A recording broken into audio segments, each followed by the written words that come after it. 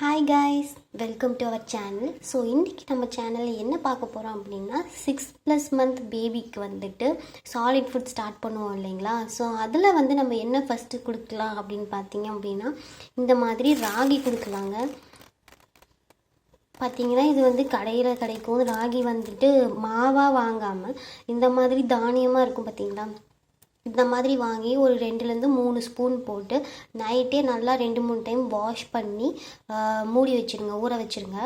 ஊற வச்சுட்டு மார்னிங் எழுந்திரிச்சு அதில் வந்து நல்லா கொஞ்சம் தண்ணி விட்டு நல்லா பாலாக அரைச்சி அதுக்கப்புறம் அதை வந்து ஒரு நல்ல வெள்ளை துணியை, காட்டன் துணியை வச்சு நல்லா ஃபில்ட்ரு பண்ணி எடுத்துக்கோங்க. அப்போ தான் அந்த தூசெல்லாம் அதில் வராமல் இருக்கும்.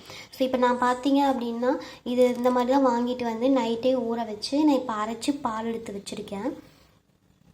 ஸோ பார்த்தீங்கன்னா தெரியும், பாருங்கள், அரைச்சி இவ்வளோ பால் எடுத்து வச்சுருக்கேன். நம்ம வந்து இதிலே கொஞ்சம் ஒரு 1/4 டம்ளர் வந்துட்டு தண்ணி ஊற்றி நல்லா வந்துட்டு அடுப்பில் வந்து சிம்மில் வச்சு நம்ம அப்படியே வந்து கிண்டிக்கிட்டே இருக்கணும். கிண்டிகிட்டே இருக்கும்போது அதுவே வந்து நல்ல பதத்துக்கு வரும்.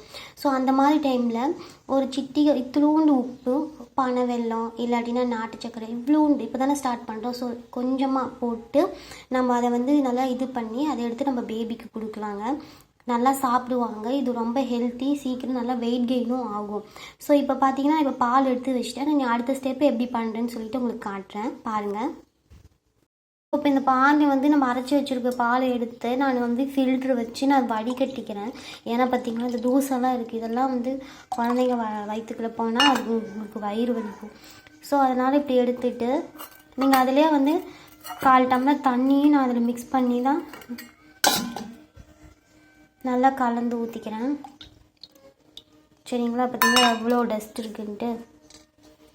ஸோ இதை நம்ம என்ன பண்ணுறோம் அப்படின்னா அப்படியே அடுப்பில் வச்சு கிண்டிகிட்டே இருக்கணும். நம்ம வந்து இதில் ஒரு பிஞ்சு சால்ட்டும்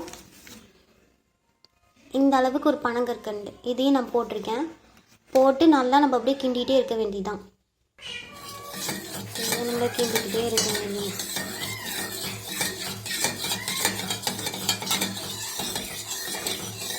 அப்படியே நம்ம ஸ்டிர் பண்ணி கிண்டிகிட்டே இருக்கணும். நான் இது ரெடி ஆனோன்னு உங்களுக்கு காட்டுறேன், பாருங்கள்.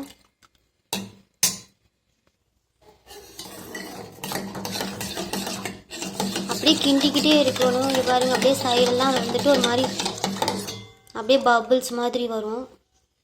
அப்படியே சைடெல்லாம் வருது பார்த்திங்கன்னா, நல்லா அப்படியே திக்காயிரும்.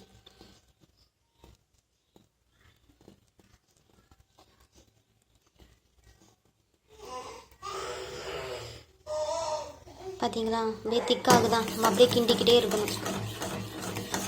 நான் ரெடி ஆகிட்டு உங்களுக்கு காட்டுறேன். நல்லா பார்த்தீங்களா, அப்படியே பபிள்ஸ் மாதிரி பொங்கி அப்படியே கிண்டிக்கிட்டே இருக்கணும்.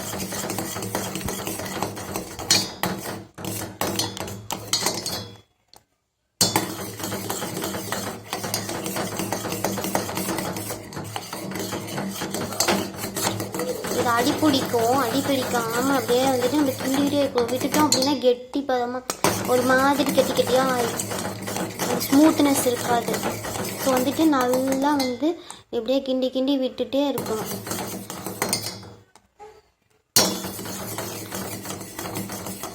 இப்போ உங்கள் பேபி வந்துட்டு ஒரு 6 மந்த் இப்போ தான் ஸ்டார்டிங் அப்படின்னா கொஞ்சம் லிக்விடாக கொடுங்க. கொஞ்சம் இதே 7 மந்த்ஸ் 8 மந்த்ஸ் பேபி அப்படின்னா கொஞ்சம் வந்து கெட்டியாக இருக்கிற மாதிரி கொடுக்கலாம்.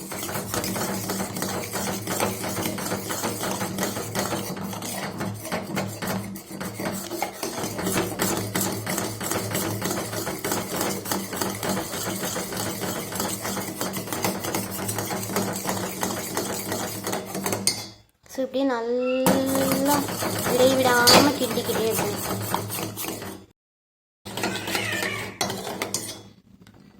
கொஞ்சம் நல்லா லிக்விட் பதத்துக்கு வந்துடுச்சு. அப்படியே நீங்கள் கிண்டவே பார்த்தீங்க அப்படின்னா நல்ல வாசனையும் இருக்கும், செம்ம வாசனையும் இருக்கும். அப்படியே அந்த ராகியோட வாசம்.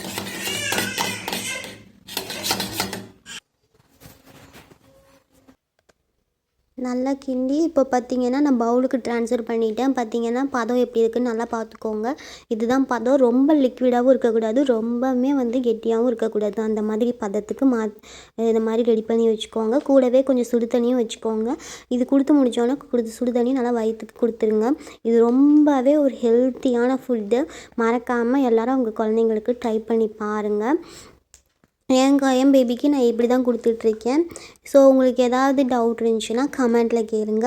இந்த ரெசிபி உங்களுக்கு பிடிச்சிருந்துச்சுன்னா மறக்காமல் லைக் பண்ணிக்கோங்க, ஷேர் பண்ணி கமெண்ட் பண்ணுங்கள். பக்கத்தில் இருக்க பெல் ஐக்கானை கிளிக் பண்ணிக்கோங்க. அப்போ தான் நான் போடுற வீடியோஸ் உங்களுக்கு உடனே நோட்டிஃபிகேஷன் வரும். ஸோ இந்த மாதிரி நீங்கள் ட்ரை பண்ணி பார்த்துட்டு எப்படி இருக்குன்னு மறக்காமல் எனக்கு கமெண்ட் பண்ணுங்கள் கைஸ். பாய். தேங்க்யூ.